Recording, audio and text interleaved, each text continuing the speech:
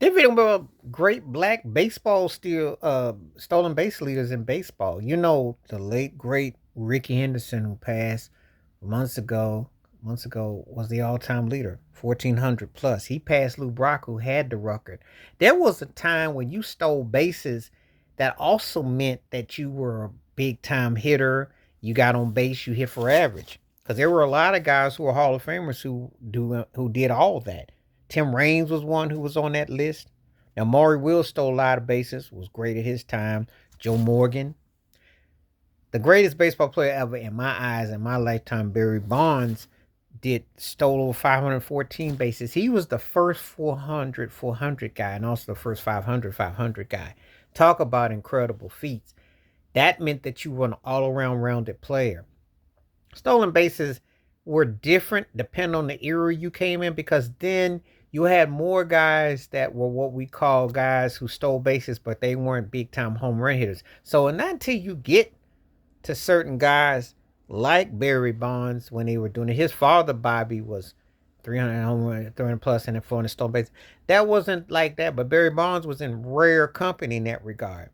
Of course, you know about the 40-44 club, and everybody was that. But I'm just talking about African American stolen base and how distinctive it was.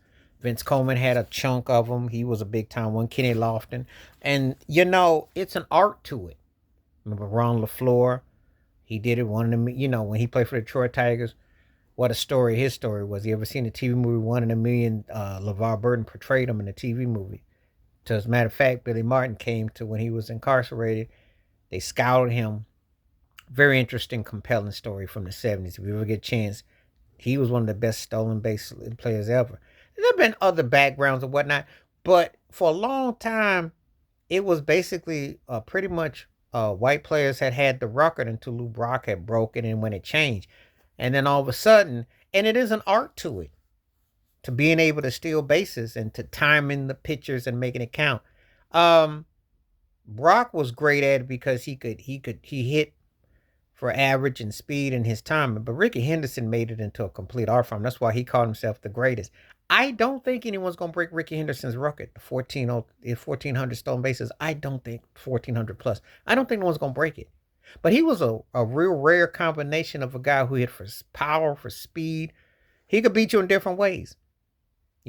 Actually, it wasn't until like I saw someone like Hideki Ichiro came along and could kind of do some of the things, but Ricky was the one who did it. But I wanted to focus on stolen base leaders, African Americans, because there's quite a few big names that are on this list, and Ricky Henderson and Lou Brock were one and two. I don't think no one's gonna come behind that.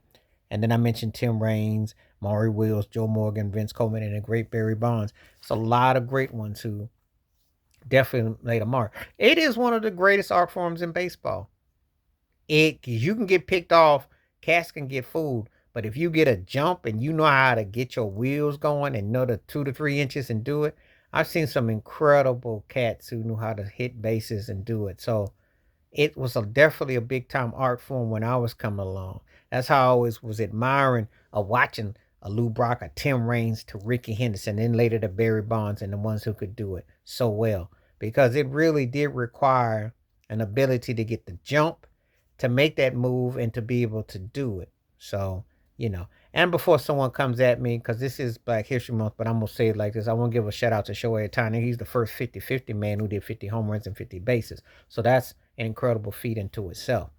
He upped the ante. I don't think he's going to necessarily be in the league of these guys all the time, though, when stolen bases, because eventually his body starts to do it. But this was an incredible art form. I remember Maury Wills seeing old highlights, because Maury Wills was the stealing bases, kind of like Oscar Robertson was to the triple doubles in the NBA. So if you don't know your history with it, go back and please check it out. But this is an incredible art form that I wanted to spotlight with African Americans as some of the greatest base stealers in baseball. So please tell me who you liked and who inspired you with that. Please like, subscribe, work on thoughts, comments, and I do respond. Thank you. Wash your hands, keep your mind clear, watch out for another, and share it if you like, and hit that membership, because when you do requests like this, I bring true. Stay safe, stay blessed, stay woke, stay free. I'm out. Peace.